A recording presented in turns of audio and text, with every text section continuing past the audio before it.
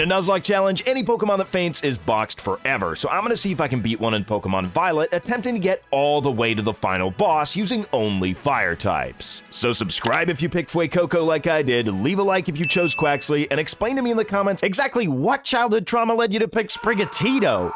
My dearest Fuecoco Chili is far from perfect with that abysmal special defense. And while that won't cause any problems versus Nemona in the first fight, her second fight features a terastallizing Palmy with a powerful Thundershock. With that in mind, right after picking up a Fletchling on Poco Path with the normal Terra type, which is a huge pickup to make a certain fight in the run easier, I decide to use some speedrunning methods. You see, speedrunners have figured out that targeting a wild Pokemon on the other side of this cliff and battling it teleports you over, giving access to the entire open world of Paldea, albeit you're completely locked to the slowest mode of travel, walking. On top of that, none of the gyms will allow us to challenge them, and any Pokemon we're able to catch, like this Numel I ran into, is gonna have to chill in the box for a while since we're still bound by the level cap of 15. And so you may ask, is there any point to this incredibly time-consuming trek around the region? Oh yeah, this little detour is gonna allow us to pick up insane TMs like Sunny Day and a Flamethrower and some awesome battle items like the Leftovers. And with all those preparations out of the way, it wouldn't matter if we had zero special defense on Fuecoco, since a Sunny Day boosted Flamethrower is a guaranteed overkill versus that Palmy. And before we head into Mesagoza, we can actually catch another Pokemon in Oricorio. And while this thing is an absolute powerhouse for this early in the game, much like Fletchling, it doesn't have its fire type yet, so it's gonna have to chill in the box until we can get the red nectar after the third gym badge. And thank Arceus we finally have a better way to get around. Actually, come to think of it, we have an even better way to get around since we've already been to Cortando. We can just fly there to take on our first gym challenge, Katie. And as you might imagine, our superpowered Fuecoco torches her lineup of bug types with ease. With my first gym badge in hand, I start heading to Artisan, and on the way I pick up a Growlithe. And with the most broken ability in the game, Intimidate, this thing is a very welcome addition to the team. Upon catching it, Chili even gets to level 16, evolving into Crocalor. Now while I'm fully equipped to decimate Brassius at this point, my level caps in this run are based on the next badge, whether it be a gym, Titan, or Team Star. And Titan Cloth is a lot bigger a threat, being a rock type. Being weak to this behemoth, I'm gonna need a very good strategy, starting out with Intimidate from Tabasco, swapping out into Crocalor since I know this thing likes to go for block and I don't want to be locked in with Growlithe. The following turn I get hit by a Rock Smash, lowering my defense as I set up the Sunny Day. I then get a little bit of health back at the end of the turn for my Leftovers. The next turn Cloth hits with a Vice Grip as I go for a Flamethrower, which unfortunately puts it just below half, activating its Anger Shell, boosting attack and speed at the cost of its defenses. Since you don't have to take out the Titan's entire health bar in the first phase, it's very unfortunate that we hit it just below half with a high roll. For this reason, I go for Protect to get as much health back as I can from my Leftovers. However, even at -1 defense, a critical hit Rock Smash would never take me out here, allowing me to take out the first phase of Cloth with another Flamethrower. This sends us into the second phase of the fight. However, this phase is always easier for each of the Titans since we get to team up with Arven. This makes it incredibly easy to use the same strategy of lowering Cloth's attack and then taking it out with sun-boosted Flamethrowers. Since Arven's Pokemon are pretty weak, they're magnets for these Titans' attacks since your Pokemon are usually stronger than his. With the Stony Cliff Titan behind us, we have to take on the second gym leader Brassius, but as I alluded to earlier, he pretty much just gets burnt to a crisp. And so with 2 badges in hand, I decide to do a bit more exploring. More specifically, I head to East Province Area 3 to try and locate a Firestone. And while I'm here, I figure I might as well pick up a Roly-Coly. However, this thing is neither a fire type or below the level cap, so much like most of our Pokemon, it's gonna be chilling in the box. Then finally, after about 30 minutes of searching, I found my Firestone, being able to evolve Growlithe into Arcanine. And then my game unfortunately crashed. Luckily for me, however, the game put me right back before I evolved Arcanine, meaning my efforts were not in vain to prepare for the second Titan. And Bombardier, the Open Sky Titan with its rocky payload ability, makes all of its rock moves stab. For this reason, it's all the more important that we lead with Arcanine to get Intimidate off to lower that attack. Seeing that Wing Attack then did a decent amount of damage, I'm glad I went for Charm to get Bombardier to -3 attack. An amazing thing about having Arcanine this early isn't just its busted stats, but the fact that it has crazy easy moves at base like Play Rough, which does over half to Bombardier. This means we can easily get to the second phase where we get another Intimidate with Tabasco, who's down to just 15 HP from that last phase. For this reason I have to swap into Chili, who just gets tormented on the switch. But since Knackley is such a powerful ally with its rock throws, I really have nothing to worry about, and this one was pretty much free. Aiding Arvin in his questionable mission to find rare herbs with mystical powers, at least we have another badge. Our next chronological boss fight should technically be Giacomo of Team Star. However, Team Star is actually quite threatening with their massive Starmobile health bars. So after evolving Pikio into Fletchinder and getting to add it to the team, even though the Steel Titan is 9 levels above my level cap, it really has nothing it can do against my intimidating Arcanine and falls to a few flamethrowers. With the lurking Steel Titan defeated, we now get access to High Jump and thus TMs like Acrobatics to power up Fletchinder. This is going to come in mighty handy since we now have to take on the first of the Team Star leaders, Giacomo. And for once, we can't use our trusty lead with Intimidate strategy since he's got a Poniard with Defiant, which would raise its attack sharply. So instead, I send in Crocalor to set up the Sun, Terrastalize, and annihilate the Poniard with a Flamethrower. This sends in his Starmobile, which happens to have Intimidate, lowering Crocalor's attack, which doesn't really matter since it's a special attacker. Wicked Torque does a gnarly amount of damage, but so does Flamethrower, and I'm forced to switch out afterwards, sending in Arcanine. Intimidate lowers the Starmobile's attack, but it just goes for Swift, which barely does any damage anyway. To be as safe as I can, I go for a Charm the next turn to lower Revavroom's attack, and then Protect to get as much leftovers recovery as possible. It seems Revavroom realizes it can barely do any damage, hitting me with a Metal Sound to lower my special defense as I deal about half of its remaining health with a Play Rough. Because of the Metal Sound, a Snarl does do a significant amount of damage, however a crit wouldn't have taken me out, and another Play Rough is enough to defeat our first Team Star leader. With a new level cap of 24, we can evolve Roly-Coly into a Fire-type Carkol, which I think is one of the dumbest looking Pokemon of all time, but let me know what you think is the dumbest looking Pokemon in the comments. We next have to take on the Electric-type Gym Leader Iono, who can be really challenging since her Mismagius doesn't have any weaknesses after Terrastalizing. I start off the fight by Terrastalizing Fletchinder into a normal type and go for a U-turn to immediately pivot out into Numel, expecting it to go for a Spark. Since Numel's a ground type, it'll never go for Spark this turn, allowing me to swap into Arcanine and get off an Intimidate without risk of getting paralyzed. I then go for a Charm to lower Wattrel's attack as it oddly goes for another Pluck instead of Spark. For some reason, it's really random whether or not Wattrel goes for Spark or Howl, so I'm hoping for a bunch of Plucks here, but the first Spark it uses ends up getting a Paralysis as I set up my first Howl. But we're of course prepared for this worst case scenario, so I set up to +6 with Howl and end up taking it out with a Fire Fang. Belly Bolt is next, not doing too much with Water Gun as I unfortunately miss a 95% accurate Fire Fang. I then seem to be speed tied as I get fully paralyzed as another Water Gun connects. I end up getting hit with a third Water Gun before finally connecting with a Fire Fang, taking out Belly Bolt in one hit. Iono's third Pokemon is Luxio with Intimidate of its own, taking me down to +5 attack before hitting me down to just 10 HP with a Spark, after which I take it out with a Fire Fang. Iono now only has her final Pokemon Mismagius left, and its moveset of Charge Beam, Hex, and Confuse Ray is the entire reason I Terrastalized into a normal type the first turn. Because Arcanine is paralyzed and at +5 attack, it's most likely that Mismagius goes for either Hex or Confuse Ray. So I'm completely safe to swap into Fletchinder, who's a normal type and won't take any damage from either of those moves. Now since Mismagius will never go for its Ghost type move, I'm safe to swap into Bell, who can't get hit by Charge Beam. Since Pikio shed its Flying type, however, it does seem to favor going for Confuse Ray against it, but that doesn't really matter since I can just continue swapping back and forth between these two, and while it's not the most honorable of strategies, there's nothing this Mismagius can do to hurt my team whatsoever, and eventually it just runs out of moves altogether. And just before this happens, I send in Bell against the final Confuse Ray, meaning Mismagius only has Charge Beams left, a move it can't even hit us with. But despite being confused, Numel is just an absolute monster, being able to take out Mismagius before it even runs out of Charge Beams. And so with our third gym badge, we can conveniently go to the Delibird presence in Laventia and pick up Red Nectar to turn our Oricorio into a Fire type. From there, I decided to go on the grueling mission to take on 10 Sinistea to collect their item drops. I then dropped way down into this hole just so that I can pick myself up a Charcadet. And Little Ghost here is not too useful on her own, especially with that terrible nature boosting special attack and lowering defense, but that's something we can change later on. For now, however, I head to Zappapico and trade in my 10 Sinistea chips for for the Malicious Armor. And this is a fantastic item to pick up since we can instantly evolve Ghost into Ceruledge. Then heading to the outskirts of Cortando, I can find a rare spawn Eevee. And with another Firestone from East Province Area 3, we can instantly evolve it into Flareon. I then pick up the TM for Dig since it's time to face the second Team Star leader, Mela. But seeing as we picked up Dig just before the fight, paired with Flareon's amazing attack stat, it's pretty easy to take out Torkoal since it can only hit us with Clear Smog. This sends in her speed boost Revavroom, which outspeeds right off the bat, going for a Screech as I dig underground.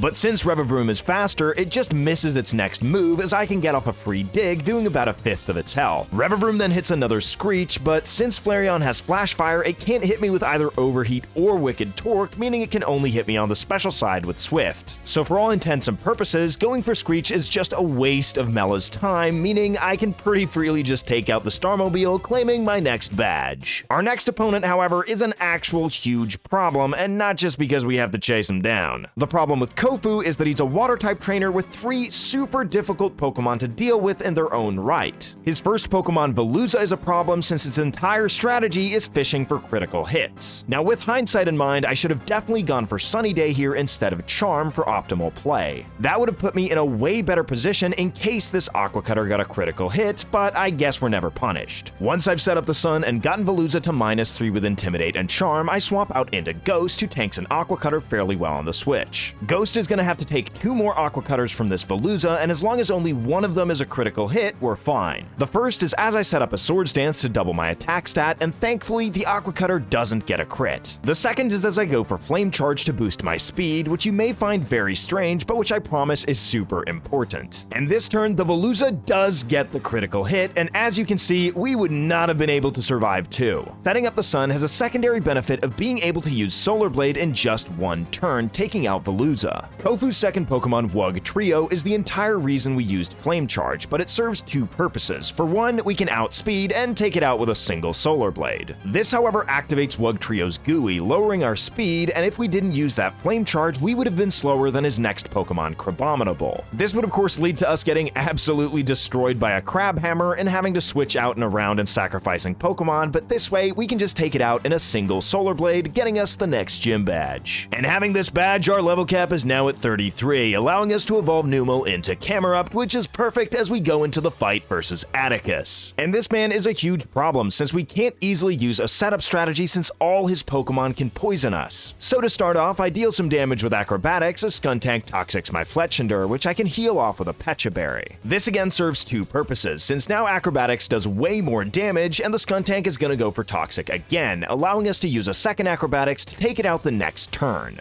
As Muck then comes in, I go for a U-turn, swapping out into Flareon. Jalapeno has to take a Sludge Wave on the switch, but I don't end up getting poisoned and can go for a Dig the next turn, which actually just ends up taking out Muck in 1 hit. Revavroom is next, which takes us alarmingly low with a Bulldoze, but since it's quad weak to ground, we can easily just take it out with a Dig. This just leaves Atticus's Starmobile Revavroom, so I swap out a Flareon immediately, sending in Arcanine to get an Intimidate. A couple of Noxious Torques do a lot of damage before I manage to fire off a Charm to get it down to -3 attack. Another Noxious Torque then actually poisons Arcanine before I can get it down to -5 attack, which means it's time to swap out, sending in Chili, who unfortunately gets immediately poisoned by a Noxious Torque on the switch. And once I see how little damage I do with Flamethrower, I immediately swap into our newly evolved Camerupt. Now Belle does get hit by a Smog immediately and gets poisoned, but at least we can recover a bit of health with leftovers. The Starmobile isn't doing too much damage at -5 anyway, and realizing how little damage I'm doing with Lava Plume, I decide to set up a Curse to deal more damage with a Bulldoze the next turn. And since Camerupt is such an absolute unit, another couple Bulldozes finishes off the Starmobile, getting us the badge from Atticus. "Methinks I may have mistaken." Yeah, methinks you're not in a Shakespeare play, you dumb motherfucker. At our new level cap, we can finally evolve Fletchinder into Talonflame, and more importantly, Chili into Skeledirge, which is mostly huge since we get access to the 80 base power Fire-type move Torch Song that also boosts our special attack. This move will be even more broken once we've beaten Larry, but for now, we can also evolve Carkol into Colossal. Speaking of which, our next boss fight is versus the man himself. Larry, of course, leads with his Kamala that knows Sucker Punch, Slam, and Yawn.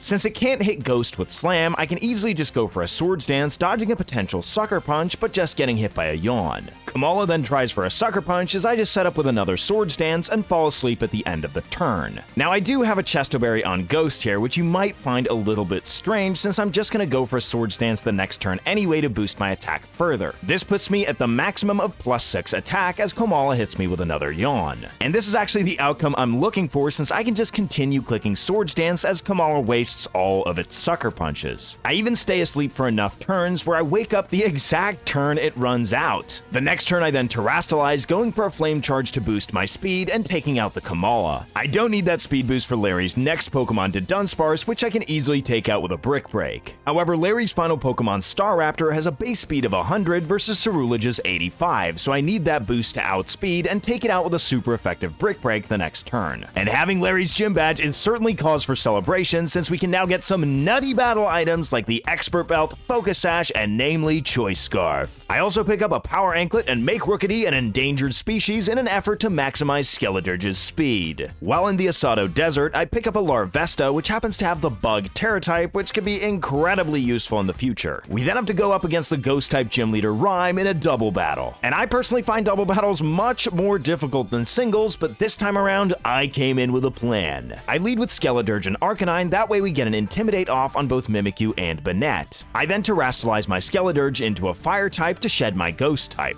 Banette mistakenly targets Arcanine with a Sucker Punch as I then get off a Torch Song, breaking the disguise of Mimikyu and giving me a +1 special attack boost. Arcanine then uses Charm to drop Banette's attack another 2 stages as Mimikyu hits a puny Slash. This gym is set up so that when either player Terrastalizes, you get an Omni boost on each of your Pokemon, which is incredibly broken and can be abused by the player since Rhyme only ever Terrastalizes her last Pokemon Toxtricity. Once I get my boost, the next turn Banette goes for a Sucker Punch, barely dealing any damage to Chili as another Torch Song annihilates Mimikyu. This puts Chili at +3 special attack. I then get off another Charm to further neutralize Banette as Rhyme sends in Houndstone. Another way this gym is ridiculous is that whenever a player knocks out a Pokemon, you get an attack and special attack boost, meaning that you're really in trouble if you're doing poorly, but if you play smart, you can really get ahead. Now at +4 special attack, Chili uses another Torch Song to take out Houndstone, getting all the way to +5. Arcanine then once again just uses Charm as Rhyme sends in her final Pokemon Toxtricity. After it Terrastalizes, Banette hits with a -6 Shadow Sneak before I can fire off a +5 Torch Song, which to my surprise isn't enough to take out Toxtricity. I was amazed at this in the calcs, but we can easily get around it by just targeting the Toxtricity with Arcanine.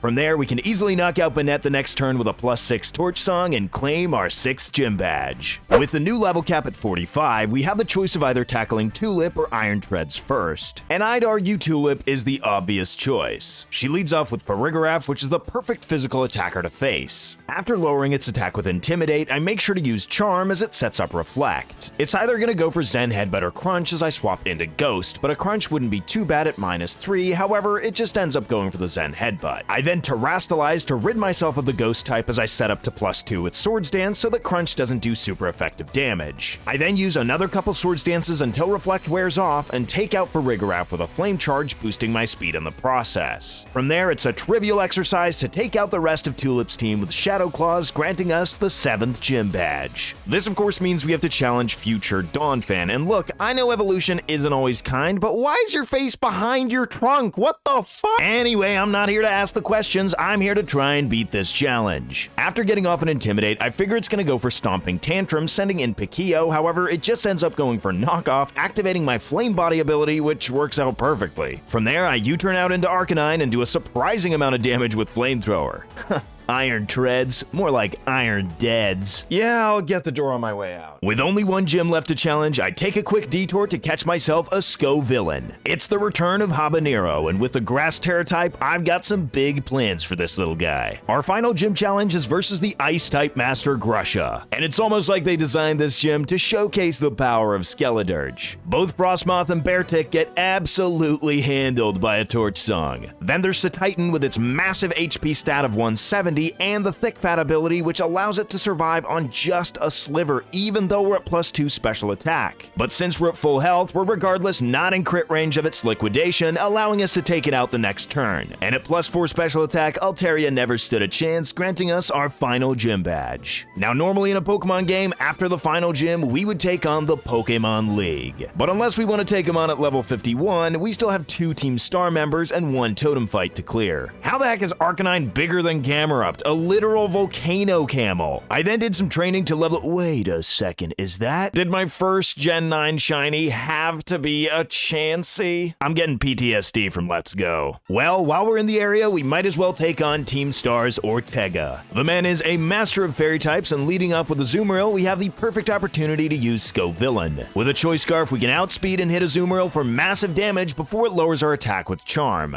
But even with half of our attack stat, it's still enough to take out the Azumarill the following turn. Next up is Wigglytuff, which can barely touch Scovillain, so I decide to stay in to see what it's gonna do, and it goes for a Body Slam. And that's about as perfect as it gets, since we can now switch in our Ghost-type Cerulege for free. And Ghost here is gonna have to be in it for the long game, since while I can set up Sword Stance, the Wigglytuff goes for Charm. You really want to do it this way, huh? Well, luckily this isn't all bad news, since the Wigglytuff realizes it's never gonna defeat me that way and goes for Play Rough ever so often. And while it took its time, eventually I do get to +6, taking out the Wigglytuff with a Flame Charge to boost my speed. And since Darkspon's immune to fire moves, we take it out with a Shadow Claw. What the heck? Where's my team on the ropes? That's totally not fair! Never said it was gonna be Ortega, but I appreciate the star badge. I'm not done yet. Here's my favorite team too. Wait, Dazzling Gleam? But you don't even have a single special attack, or what the heck? Who are you? Who am I? Who are you? It turns out that this threatening looking person is Aerie of Team Star, master of fighting types. And I immediately knock out her Toxicroak with an Acrobatics, sending in her Passimian. I expect it's gonna try and go for the quad effective Rock Tomb, so I U-turn out into Tabasco to get an Intimidate. This way the Rock Tomb doesn't do too much damage, and I honestly should have just swapped into Ghost here to dodge the close combat. However, staying in at least lets me fire off a Charm to lower Passimian's attack further. I then use Protect to waste the PP of a second close combat and swap out to Ghost to waste the third. This way Passimian only has 2 PP of close combat left, but we can also guarantee that we're gonna get hit by a Rock Tomb on the switch to Camerupt. After getting some leftovers recovery, a -3 close combat doesn't do too much damage, and I can start setting up with Curse. Rock Tomb has been lowering our speed anyway, so we might as well maximize our attack and defense. And unlike Ortega, Aerie actually has a special attacker in Lucario, so I make sure to set up my special defense with Amnesia as well. And I mean, just take a look at these stats. Belle is an unstoppable force, albeit a pretty slow one, but unstoppable nonetheless. Passimian gets destroyed by an Earthquake, Annihilate gets annihilated by an Earthquake, and Lucario hitting with an Aura Sphere gets us down pretty low after Passimian got a final crit Rock Tomb, but it too goes down to an Earthquake. Heck, not even the Starmobile's super effective high horsepower is enough to take out Belle, and we can finish it off with a couple of Earthquakes. You use a lot of Hairspray, Clive,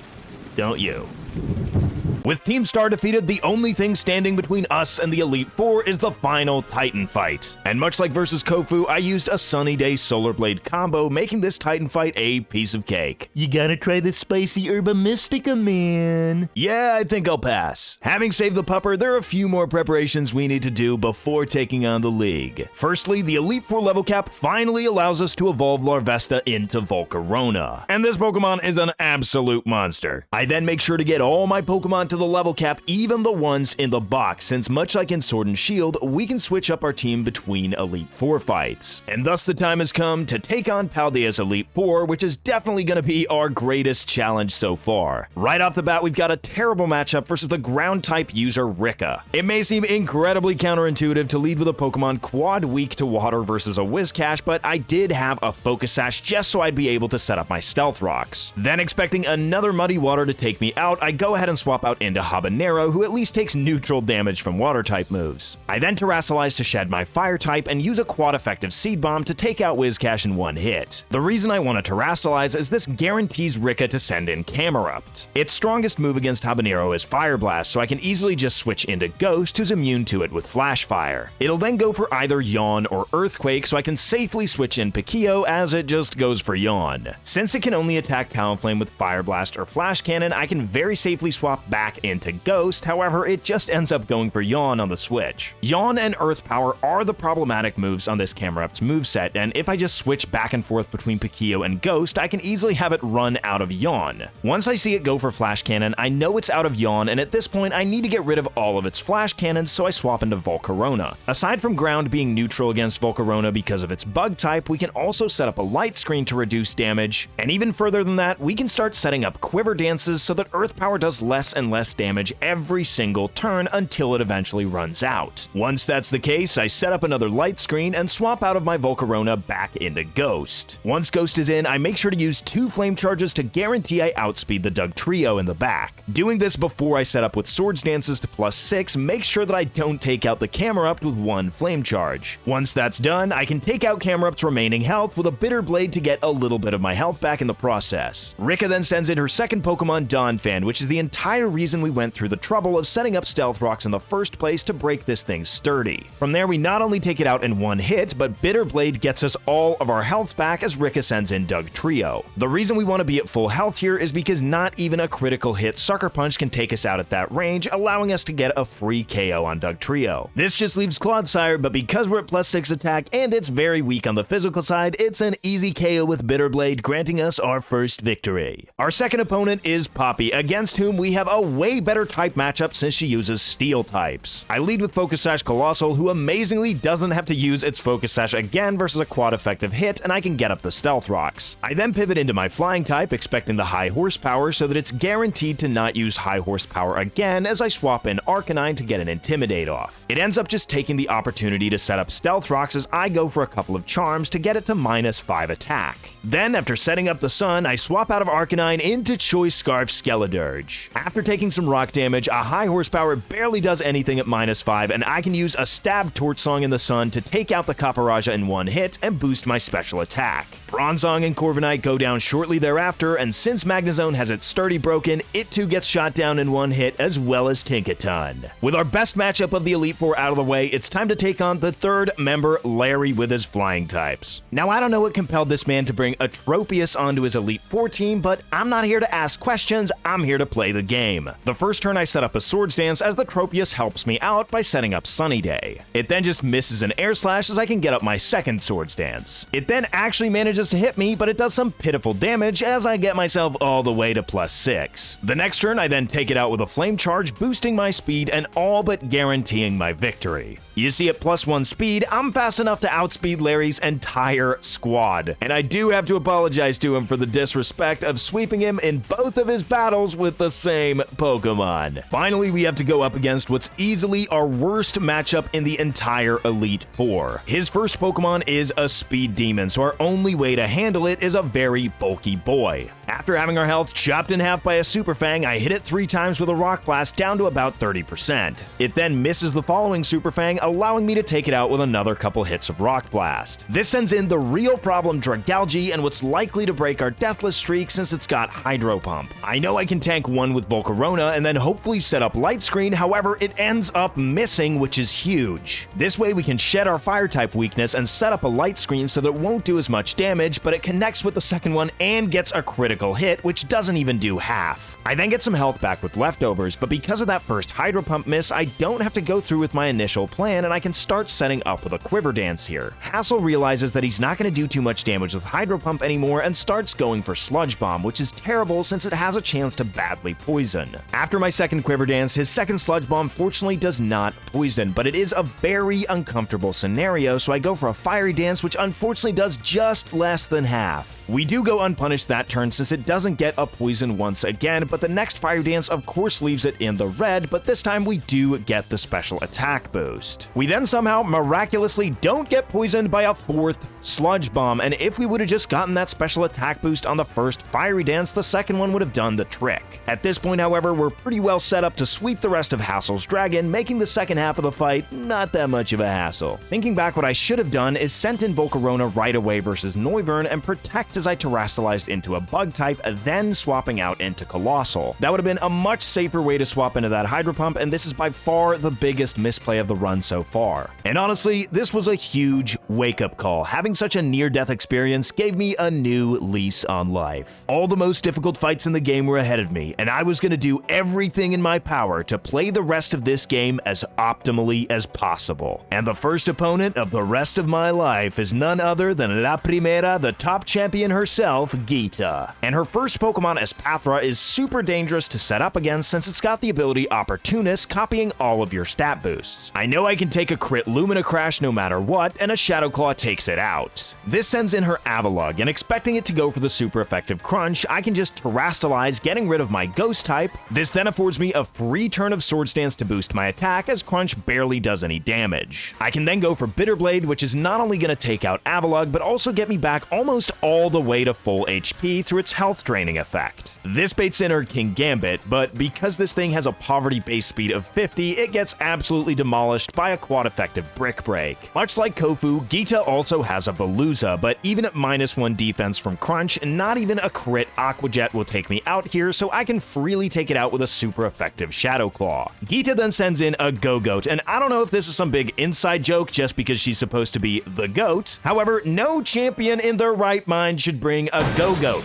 Luckily, this is perfect for us since it's her second to last Pokemon, and we don't want to stay in with Ghost versus her Glimmora. This is because we took that -2 in special defense the very first turn versus Espathra. After sending in Arcanine, burning the Go-Goat, and getting it down to -6 attack, I send in Cayenne the Volcarona to set up Quiver Dances. This is completely safe since the Go-Goat can barely touch me, and I even have leftovers to get as much recovery as possible between my turns of setup. And so after getting myself to +6, I can easily take out the remainder of Go-Goat's health and then one-shot the Terrastalized Glimmora. Now that is what I call a little bit more optimized play. Beating Champion Geeta, however, we are not quite out of the woods since we still have to finish off the 3 main storylines. Wait a minute, does Professor Turo have a Gen 1 Pokemon PC? I decided to take on Arven's boss fight first, and while planning it, I realized the power of Volcarona. Forget Slitherwing, Iron Moth, who, the place to be is the present. So far, we've pretty much had a free matchup versus any physical attacker since Arcanine with Burn and Charm can neutralize them so easily. And in this fight, Tabasco once again gets to do its thing before we swap out into Volcarona. And since Greedent can barely hurt us, we can easily just set up and clean up the rest of the fight. But what I came to realize at this point is that having Volcarona makes us near invincible versus special attackers as well. There are still Pokemon that are strong enough and have such great matchups versus fire that they're still a problem for us, but let me show you what I mean. While preparing for the next boss fight versus Clavel, I realized that his lead Oranguru has nothing but special attacks. In fact, his entire team is full of special attackers except for Quackable, at which point it's too late to use Arcanine strats. However, now that we have Volcarona, it's not at all as big a problem as it would be without it. Right away we can set up a Quiver Dance, but Oranguru can't even hit us with a special move unless it puts us to sleep first. However, it just goes for Reflect the first turn, allowing us 2 Quiver Dances before it hits us with Yawn. I then go for a 3rd Quiver Dance as Oranguru hits a pathetic Foul Play before I fall asleep, but a Chesto Berry wakes me back up. You've just watched me cheese this monkey for a free +3 special attack, special defense, and speed. On top of that, we have the move Fiery Dance, and while I didn't get a special attack boost versus Poltegeist, I do get one versus Amoonguss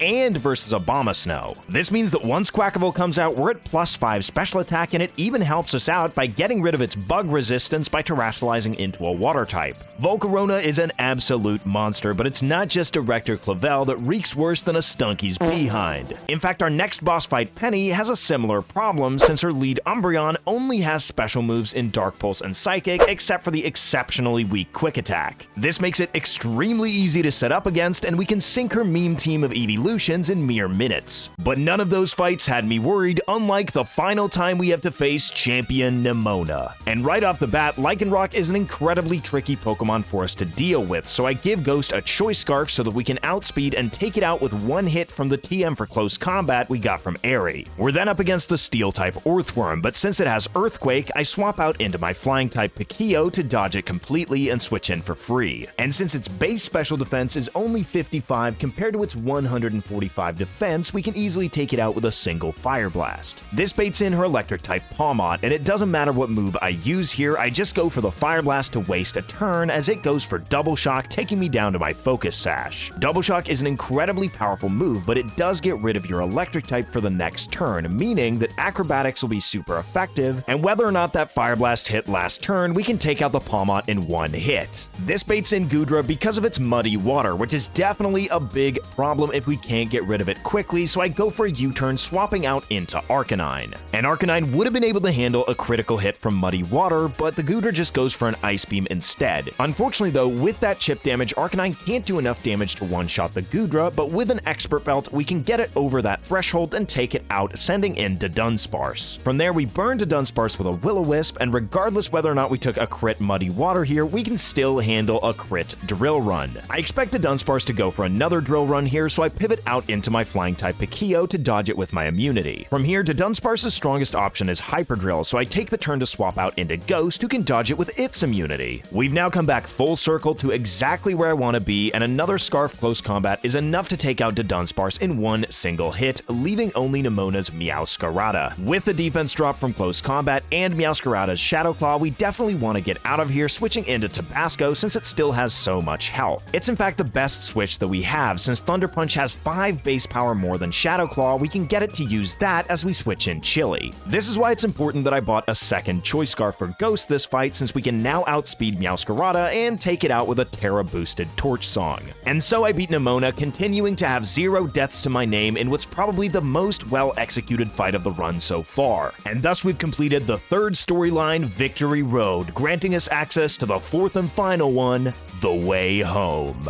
And it seems you've gathered a group of formidable allies as well. Are you talking about the Super Hacker Recluse, Captain Daddy Issues, or Female Hop? We're screwed, aren't we? At this point, I'd made it all the way to the final boss without losing a single Pokemon, and throughout my planning, I really wanted to end this one deathless. But with a team as strong as Turo's to go up against, I saw no way to guarantee that end. But even despite that, I was gonna give it everything I had. With a team full of Paradox Pokemon to face, this was a nightmare to prepare for. Setting up and sweeping is pretty much out of the question since all these Pokemon are either too strong or cover their weaknesses. I start out with Camerupt, and 2 Air Slash flinches would be devastating here, but luckily I do get to set up the Amnesia right away to double my special defense. The leftovers then do give me a bit of passive recovery, as the next Air Slash also does not flinch me, letting me get to +4 with Amnesia. This means Air Slash is now doing pitiful damage, as I can get myself up to +6. With my special defense maxed out, it's now time to take out the Iron Moths with a quad effective Earthquake. This will bait Turo to send in a super problematic Pokemon for my team, Iron Bundle, and it having stab water attacks off a base 124 special attack stat is ridiculous. That's the entire reason I set up to +6 special defense, and why I shed my ground type by terrestrializing, but it just ends up going for Snowscape. So I retaliate with a Lava Plume that almost straight up takes it out. The next turn, Iron Bundle goes for Drill Peck, since it probably sees more damage than Water Pulse at this point, and I can take it out with another Lava Plume. That's one giant threat dealt with, but Iron Thorns is even deadlier. Unfortunately, I'm in the terrible position where it's gonna go for Stone Edge, and even though Arcanine gets off an Intimidate, a crit would kill me. I never figured out a good way to get around this problem, but amazingly, it just ends up missing. I would have survived a non-crit there, but this is an awesome opportunity to burn it, which means that a crit would now not even take us out, but it just ends up missing again. I use a quad effective Bulldoze, but because Iron Thorns has amazing defense, we don't quite take it out, and a Stone Edge this time doesn't even do half, and we can take out the Iron Thorns the next turn with another Bulldoze. Turo's next mon is Iron Jugulus, and we could even tank a crit Dark Pulse at this range. However, it doesn't end up getting it. We get a bit of health back with the Citrus Berry, and unfortunately flinch. It seems Lady Luck has switched sides, so I decide to swap out into Volcarona, who takes about 30% from the Dark Pulse. Because of Volcarona's Choice Scarf, we don't have to worry about flinching, but an Air Slash takes us down to just 21 HP, after which another Fire Dance is enough to take out Iron Jugulus. This unfortunately leaves us with 0 special attack boosts against Iron Hands, meaning we have to swap out, sending in Ghost. This works out perfectly since we can send it in for free as it goes for Fake Out the first turn. I then go for a Sword Stance to double my attack as Thunder Punch doesn't quite do half and Leftovers gives me a little bit of recovery at the end of the turn. Next I use Flame Charge mostly to boost up my speed but also to get some chip damage on Iron Hand since it's got such massive defense. After tanking its Thunder Punch, I use Bitter Blade the next turn, which unfortunately does not quite take it out, but it does recover enough HP so that another Thunder Punch doesn't take us out. This is incredibly unfortunate since we're now going to be at below half health as we take on Turo's final and strongest Pokemon, the Iron Valiant. This thing is incredibly fast and incredibly strong, made even stronger by its ability Quark Drive, boosting its attack with a booster energy. However, due to my 2 Flame Charges, I outspeed and a Bitter Blade almost takes Iron Valiant out. And because Bitter Blade recovers most of my health back, I'm now safe even from a critical hit Psycho Cut. And it was at this point I knew that Turo's fate was sealed, and with a final slash of my blade, he had to taste bitter defeat. And with that, ladies and gentlemen, I can proudly proclaim that that's how I beat a Pokemon Violet Hardcore Nuzlocke using only fire types without losing a single Pokemon. The most fun aspect of trying to play these runs as optimally as possible is learning from your mistakes. And there were plenty of misplays in this run, so I'm really glad to see we got there in the end. Let me know your thoughts in the comments as you like and subscribe so you can tune in next time for a randomizer that should be twice as crazy as usual. Oh my god. Oh.